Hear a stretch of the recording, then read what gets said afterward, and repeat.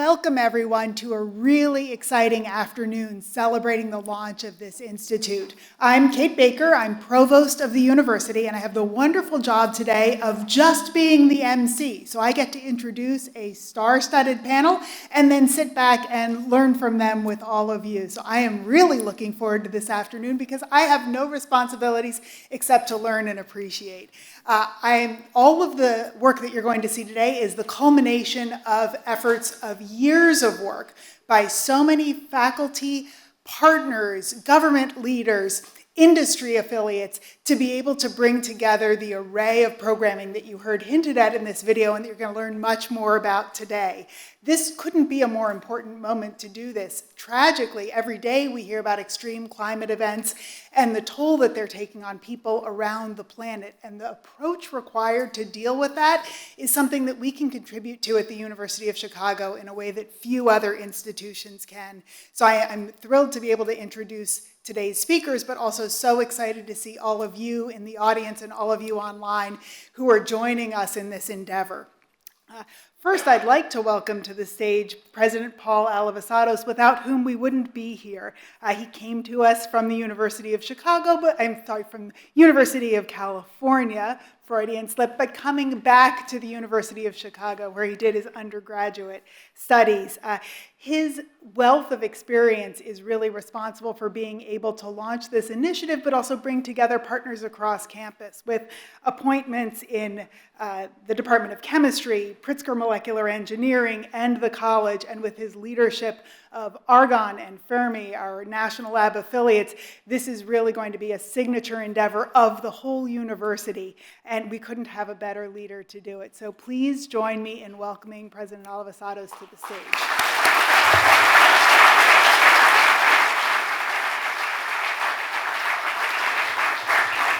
Well, good afternoon. It's such a joy. This day is really such a joy for us.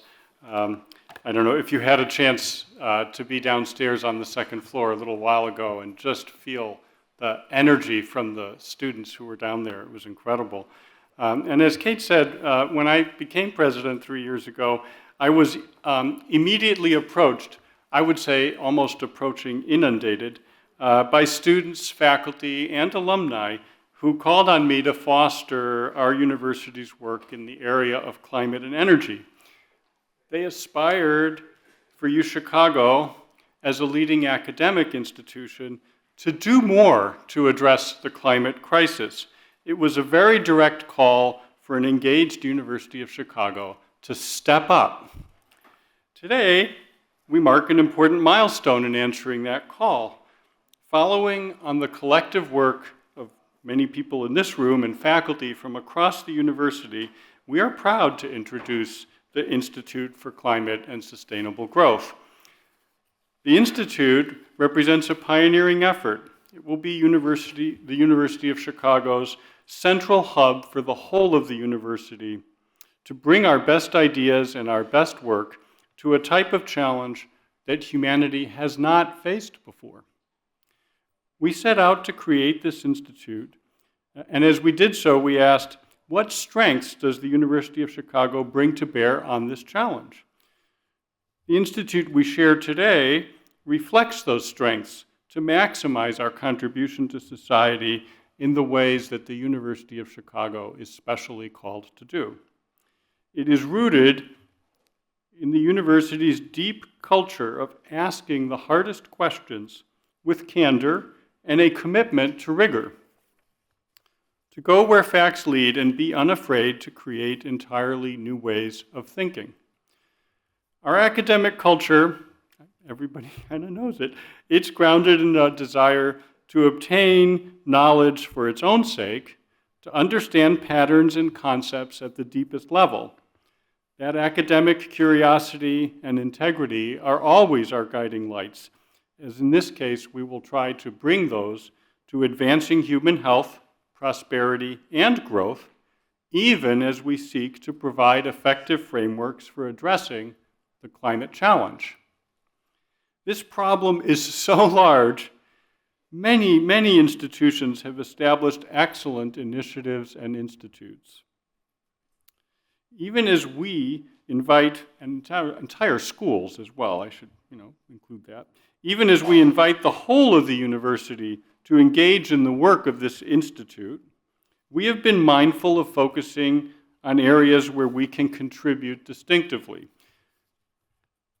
The Institute builds on the University of Chicago's renowned history for applying economic and policy-based thinking to tackle major societal challenges. The climate crisis is no exception. Harnessing our unmatched strength across the social sciences writ large gives us a tremendous base to work from. Between the Pritzker School of Molecular Engineering and our deep partnerships with Argonne National Laboratory, we are home to one of the nation's largest concentrations of energy innovators. Our strength in this area was recognized yet again last month when Professor Meng, right over there, led a big coalition and became home to one of just 2 Department of Energy battery hubs. I mentioned before that we will lean into following facts and ideas where they must go. Early on, our faculty recognized that there is a need to create a new field of climate systems engineering, a field that requires critical testing, a lot of questioning, and deeper understanding, ultimately as a hedge against the unwelcome possibility that large-scale interventions may be needed, even if perhaps only in the short term. We have a vital contribution to make in education as well. The world needs a generation of thinkers and special people who can set the pace, who can see the climate challenge from its many angles, appreciate the societal and economic complexities, understand what is required technically and even politically to confront these problems. At the University of Chicago, we transformed undergraduate education by our curation over many decades of a core curriculum that is globally admired and serves as a model for liberal arts education everywhere. It is in that same spirit that we seek to transform climate education for undergraduates and a suite of new master's degrees, not just for our students here at the University of Chicago, but for students around the world. Leading the faculty through the work of this institute, as you saw, is Michael Greenstone. When we set out with the intention of establishing a new climate institute, I was so grateful that Michael was willing to be at the helm. As the director of the Energy Policy Institute at the University of Chicago, EPIC, he has already carried out field-defining research and scaled policy-changing solutions. He is joined by other renowned leaders in their disciplines, you'll be hearing from them soon, David Keith, to foster the building of climate systems engineering as a field of study, Shirley Meng, to bring us together on groundbreaking energy technologies, as well as David Weisbach from the law school, who will support the crafting of a transformational core curriculum. Their oomph and their leadership makes me so hopeful about our future here. I'm excited today as we begin this journey alongside all of our deeply passionate students and faculty. It's going to be an incredible period where we will bring great benefits to society through their work. I'm very pleased today to see all of this work coming together to bringing us to this moment, and I just want to thank you for being here and for your support of this endeavor. Thank you.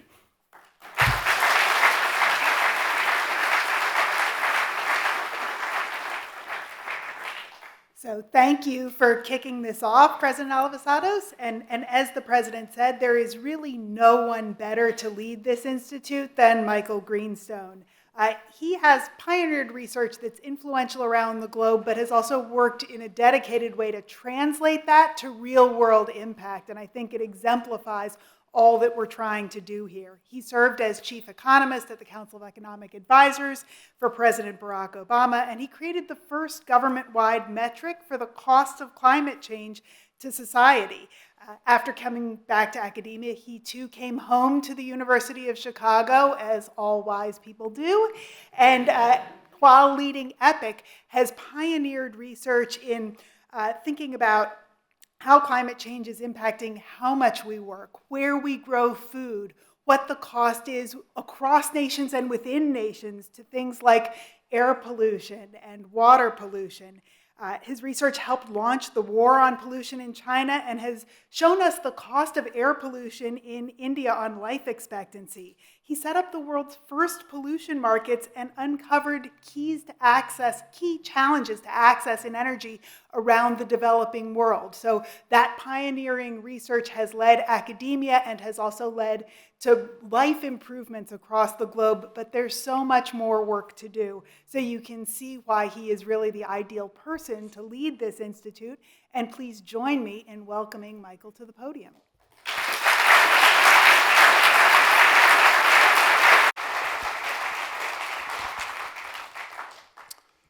Thank you for that warm invitation. I think that's, so I wanted to just start by saying what an honor it is to be able to do this and to be part of this institution. My history in this institution goes back quite long. My grandmother was on the faculty here. My mom was graduated from the college. My dad taught here, and then of course they had to hire me here. So in the great Chicago tradition, that's how I got this job. So what we're going to try and do with the Institute is recognize that there are two problems. The first problem is the climate problem, which people are very familiar with. Climate change is having a moment. 2023 was the hottest year. This is probably going to break that record. If you were outside, it's the end of October. It's a little bit hard to believe what the weather is. But of course, that takes other forms too. It's not just a more pleasant fall in Chicago. This is a picture from India where we have there are extraordinary days that are over 40 degrees C and 45 degrees C in the summer. And that impairs people's lives in very consequential ways. It causes premature death. It causes crops to fail. It makes it difficult for people to live. Difficult for people to go to work.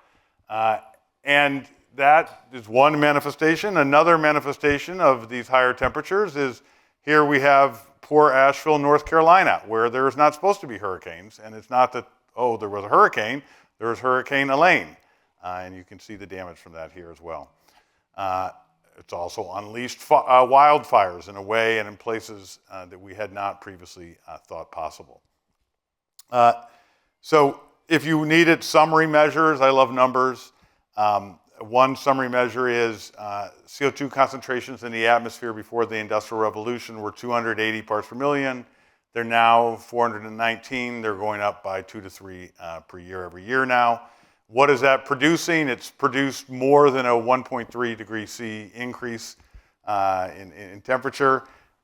When I began working on climate change, I'm a graduate of the Chicago Public Schools. I had a super hard time with Fahrenheit to Celsius, but I have now mastered that.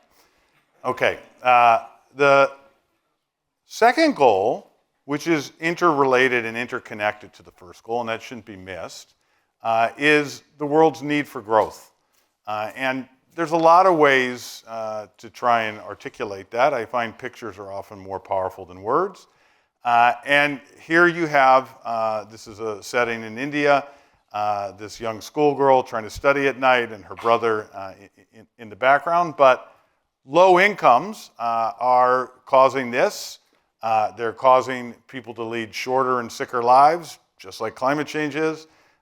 They're causing people to have extraordinarily unpleasant jobs. The things that machines should do, they're doing with their bodies.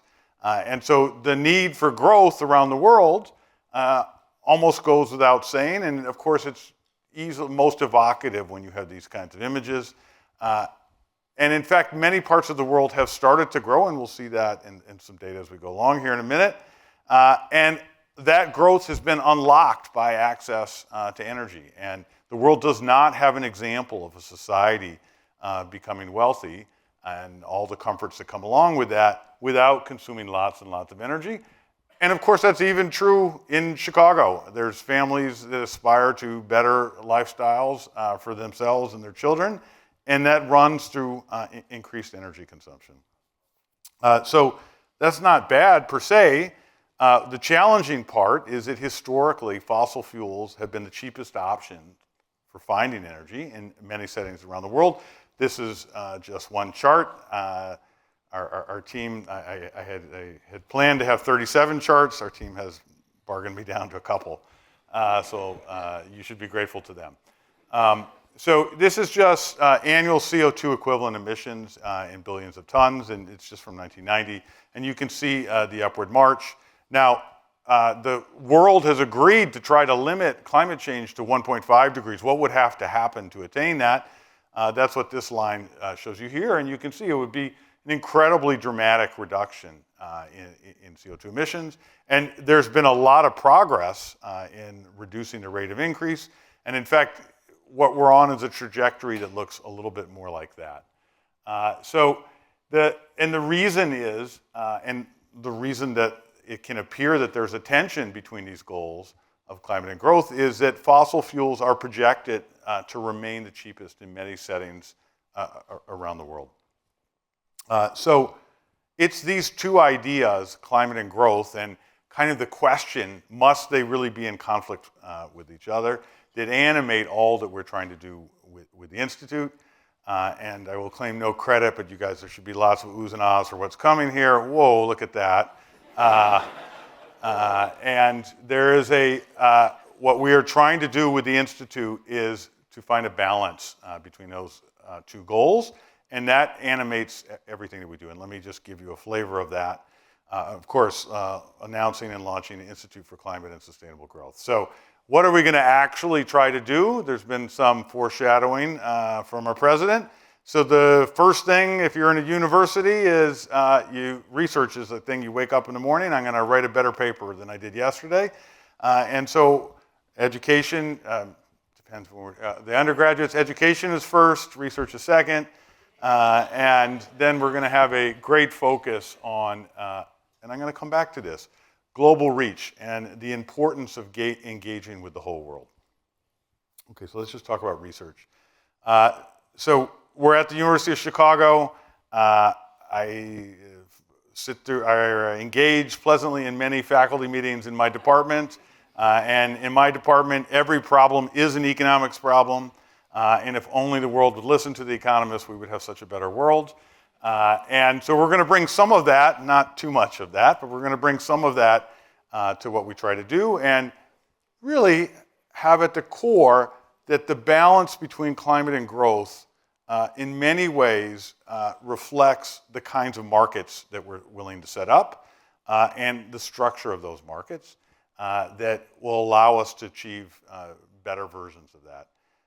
And at the center of that will be the Energy Policy Institute, which I've been leading for the last decade. We have a 12 to 15 highly devoted faculty, all with tattoos on their arm, who have now a track record of producing high impact research, both inside academic journals, but great emphasis has been put on trying to make sure that those ideas get into the wild and affect the world around us.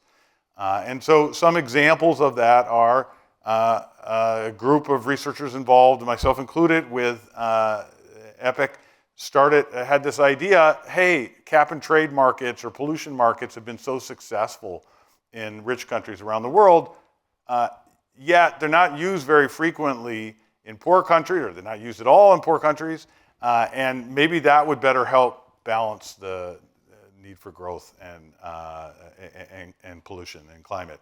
And so we ran an experiment, a real life experiment, and the results were pretty amazing.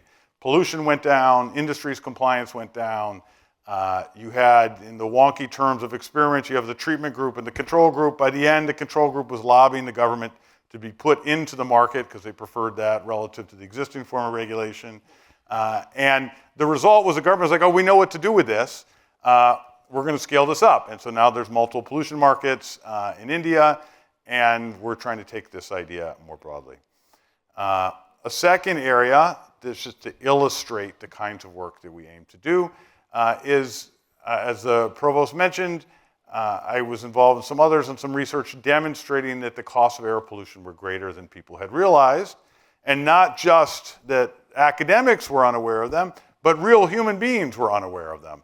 And so we took that idea and have developed something called the Air Quality Life Index, which is a tool that provides people a way at 25,000 locations around the world what is the air pollution they're breathing and what is the consequences on their life expectancy. And that's proved very useful. People have been able to make better choices about how they lead their lives and even apply pressure to governments to reduce air pollution.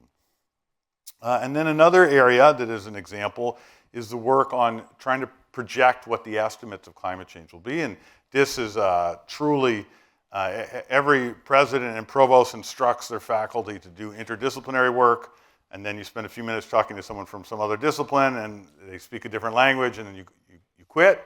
But here we actually persevered, and we've got climate scientists, computational experts, even some economists, trying to project what the damages from climate change will be for the world, and then also at the level of about 12,000 regions around the world. Think of them as like a US county.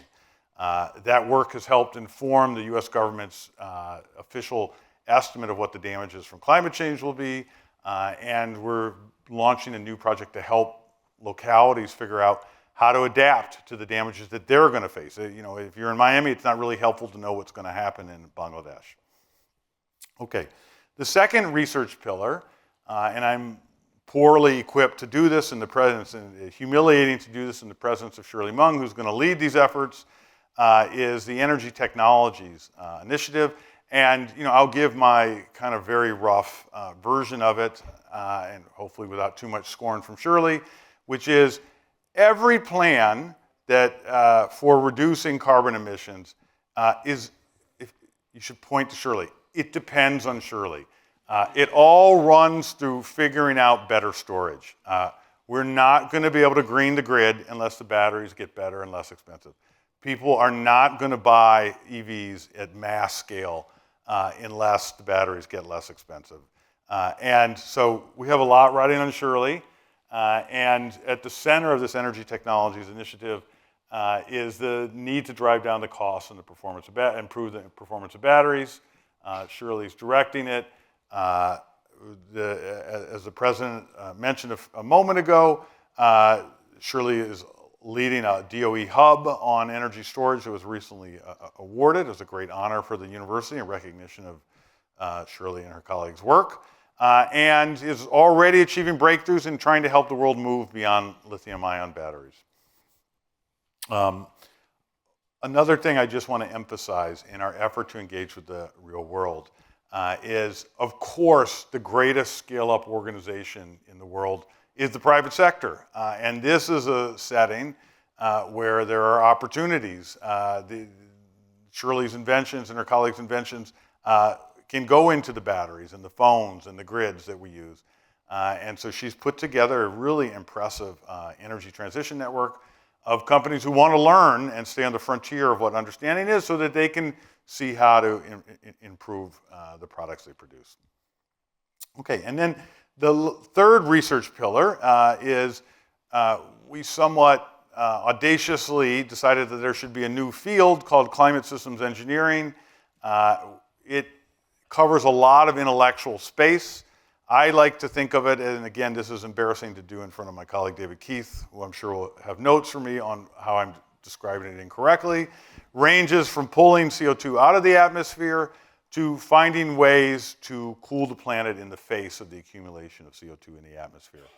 And when the original faculty committee that wrote a plan for the university got together, it was very clear this would work if we were able to hire David Keith away from Harvard, and it would fail if we didn't. And thankfully, David Keith is here.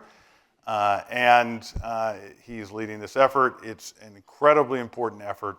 They'll be turning over and upside down and sideways these technologies to understand their technical strengths, their technical weaknesses, as well as their social strengths and governance weaknesses. It's an incredibly important effort. Okay, so the second thing that universities do, and again for the undergraduates, I don't know who screwed up my slides, education should have come first. Let me tell you what our plan was. And I see my son here, so I will pick on him a little bit. And I feel sometimes at dinner with my son and his two siblings, there's a little re-education that has to go on, where they have a very one-sided view of the climate, what I like to think of the climate and growth problem. And in truth, they haven't lived, they may visit it, but they haven't lived in a place where incomes are very low or energy consumption is very low. And so kind of with them in mind, but obviously much more broadly than that, we developed, and David Weisbeck, who's here, has been leading this effort, what we're calling the Chicago Curriculum on Climate and Sustainable Growth. And the idea is a new way of understanding this balancing act that society faces. And it will require all students to see the problem from a real 360-degree perspective, not just from a particular angle.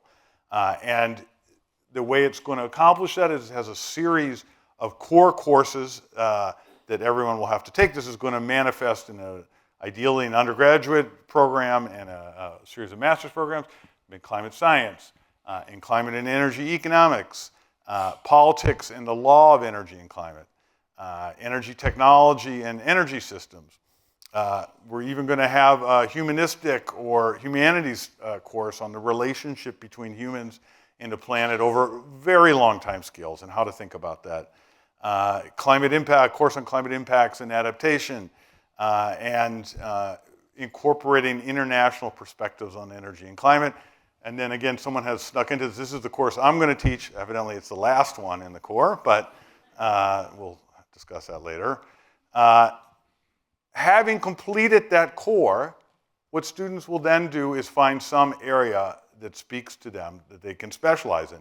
That might be climate science, that might be climate politics, economics, and society. These are the ones that signed up already. Climate finance, energy and climate technology, and then we look to grow these areas of specialization even more.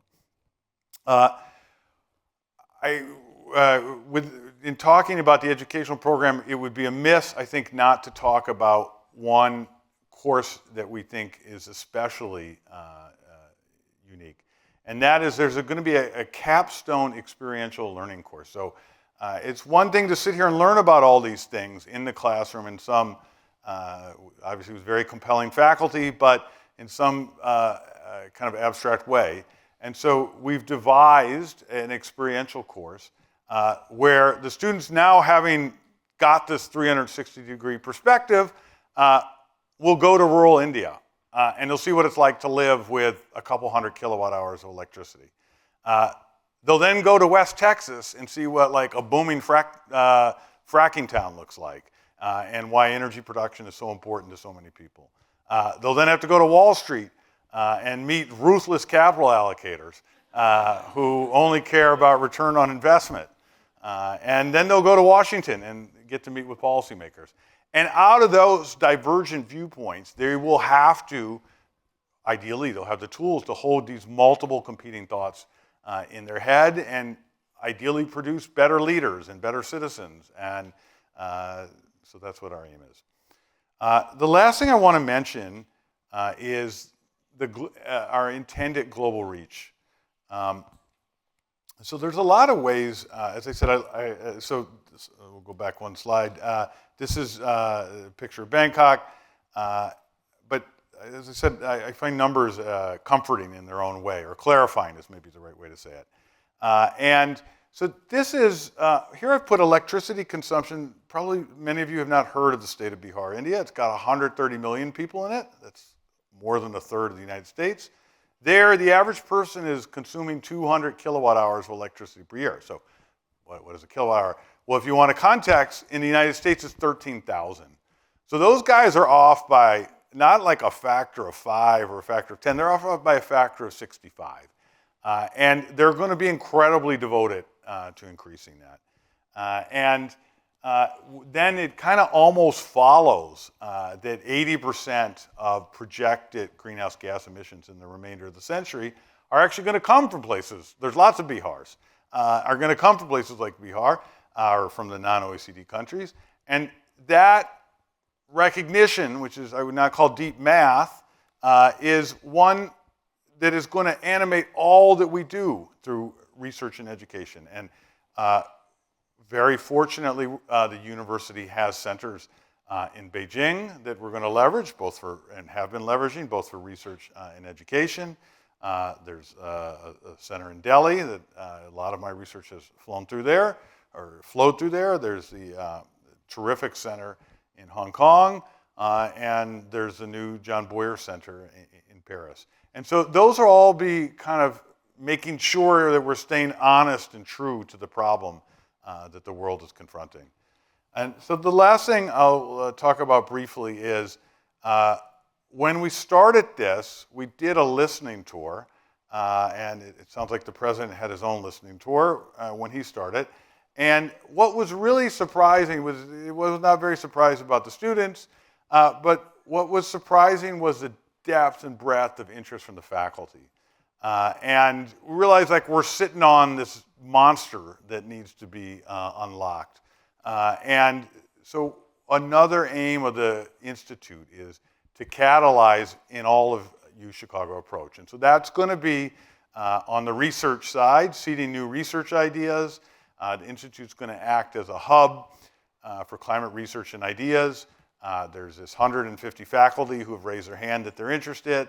We're going to provide research resources for funding for projects, and that is already launched. We're going to have conferences and workshops where people can sharpen their ideas, visitor programs, and more and more. And in fact, you know, if you have an idea, please let us know. And then on the student side, the aim is all this amazing energy can be channeled to something really productive.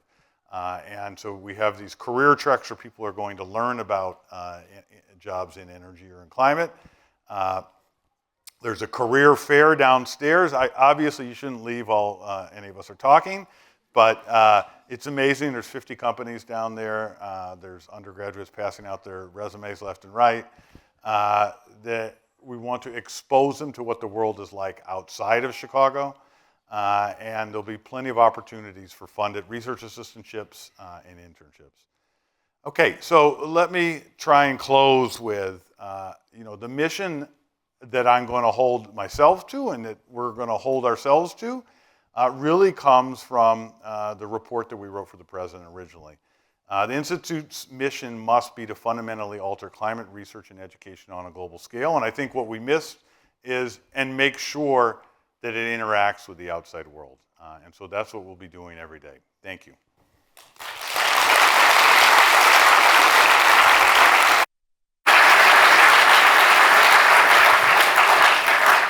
So thank you, Michael, for laying out that 360-degree vision of all that the Climate Institute can do. And I know I'm really excited to see the panelists and what it will bring forward. But of course, that 360-degree approach is not just about what we do in academia. As per your ending note, it's about translating that to real-world impact and engaging with the rest of the world. And that requires partners from business, from civil society, from government, and we are very lucky to be located in Illinois and to have Governor J.B. Pritzker as a critical ally in this mission. He's an advocate for climate action, education, economic development. Governor Pritzker has enacted multiple pieces of legislation over his tenure to establish Illinois as a real leader in this space.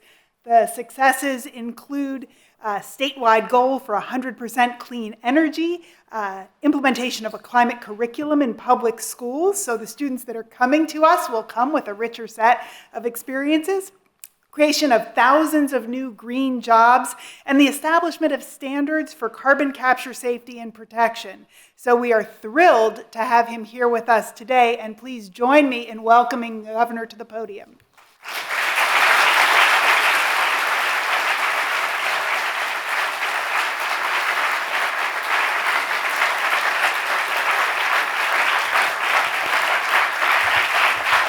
Thank you very much. Thank you so much, Kate. Thank you for the very kind welcome. Good afternoon to everybody. It's great to be back here. I feel like this may be my third or fourth time just in the last few months, and it is always a great welcome. So appreciate that. It's an honor to be here for the launch of this institute. This is very special. And the idea that it's happening here at UChicago, that you are once again on the cutting edge, is frankly a moment of great pride for the governor of a state that has a great institution like this in it. Of course, the research and policy infrastructure that you're building are important for the world, but also for us as a state, and especially because you're discussing and making decisions about and engaging in the future of our planet. I first want to thank the leadership team here at UChicago, always welcoming and always here at these events, who have once again put this world-class university at the center of one of the most important policy conversations that we could have. And of course, that's President Paul Alivisatos, Provost Kate Baicker, thank you very much. Institute Director Michael Greenstone, thank you for your leadership. I also see in the audience here our senior senator and somebody who has been carrying climate legislation and been an environmental advocate for as long as I can remember, and that's our great senior senator, Dick Durbin.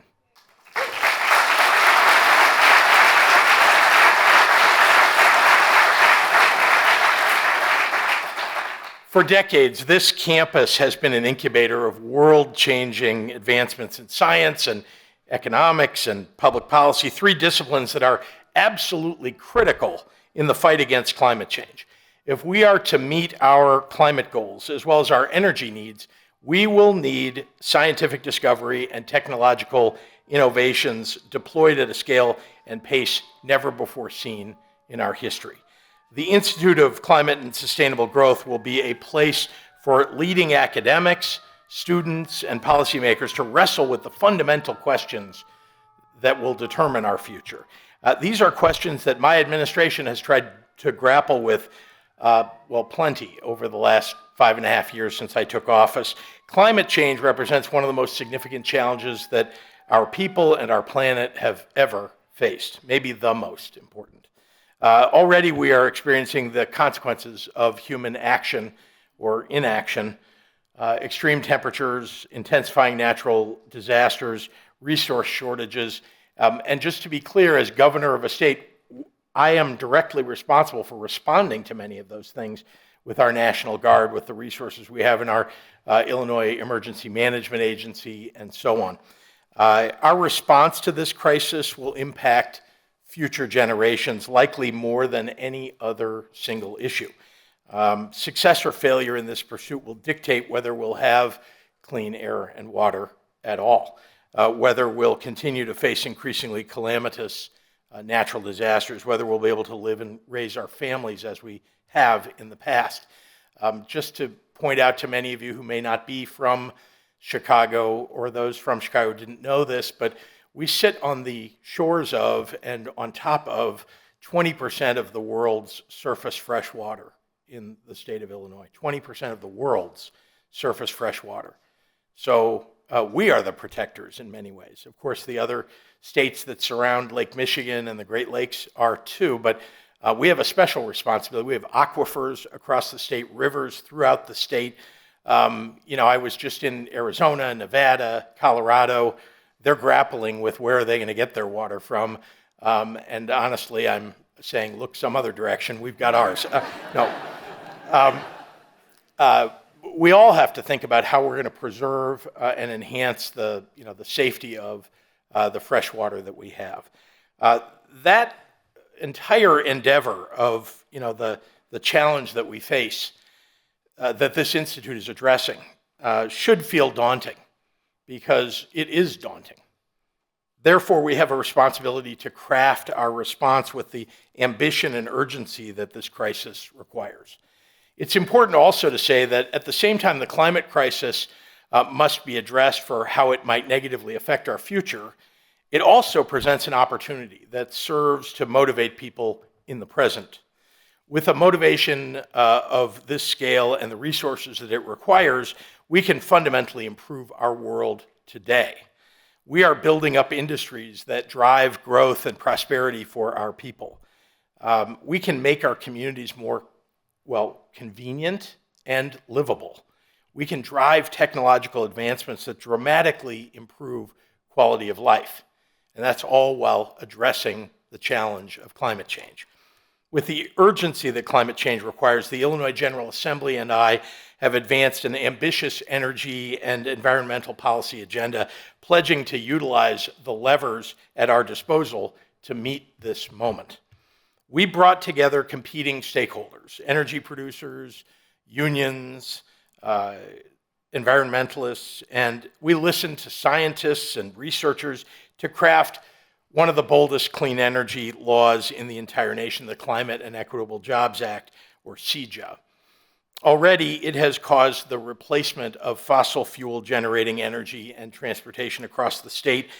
We only passed it in 2021, and it's incentivized tens of billions of dollars in private investment in renewable and clean energy deployment. In just the last few years, Illinois has more than doubled our renewable production and reached nearly 2/3 clean energy generation in the state of Illinois. That's a big deal. And it's something that I brag about as I travel the world promoting the state of Illinois, that we have made enormous progress. We started with an awful lot, I must say, but we now are making progress every single year that is worthy of calling out. But we're not stopping there. The legislature and I understand, as you all do, that every fraction of a percent reduction in planetary warming represents billions of dollars in savings for our economy. And I say our, meaning the state of Illinois and the country more broadly. And likely, it means saving thousands of lives.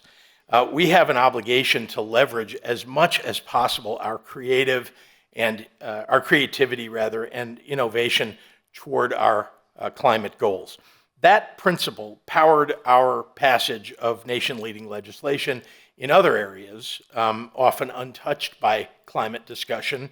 It was mentioned just a few minutes ago, like carbon capture, sequestration, and sustainable aviation fuel. We can all debate about, what the efficacy of all these things are over the long run and whether they're sustainable for, 100 years or decades. But they're an important piece of what we all ought to be addressing and iterating around in order to make progress here.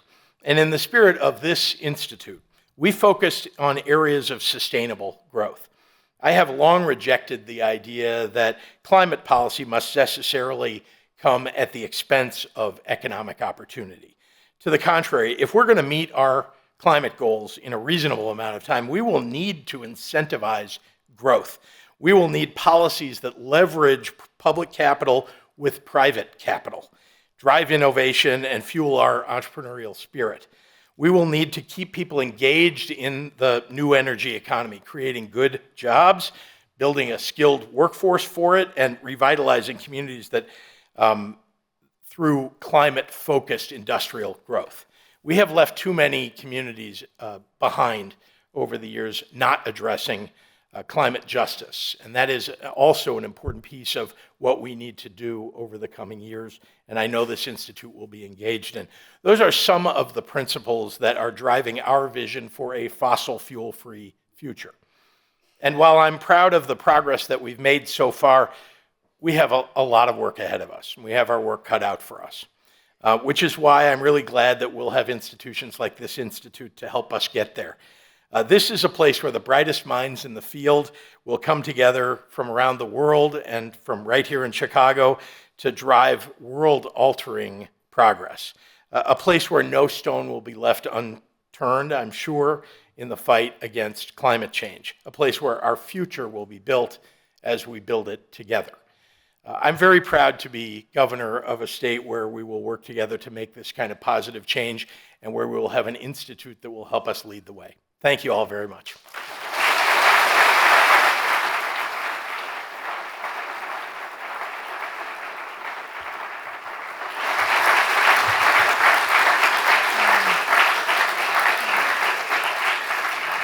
So So thank you, Governor Pritzker, for your support of the Institute, for your support of the university, for all that you do for the people of Illinois. I feel like he really gets us. So thank you for all of that.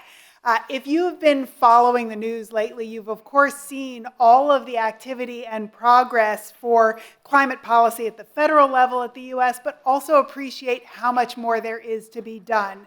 Illinois Senator Dick Durbin has been a long-standing champion of climate policy in the Senate and an advocate for other common-sense federal laws that would slow the rate of carbon emissions and protect against the impact of the climate crisis. As a member of the Senate Appropriations Committee and the Senate's second-ranking Democrat, Senator Durbin has worked to secure robust funding for researchers at the national labs and universities across Illinois, thus supporting groundbreaking scientific advancements in energy and climate change. And we're very lucky to have him as an advocate for that. We're incredibly grateful to you for being here today, and please join me in welcoming Senator Durbin to the podium.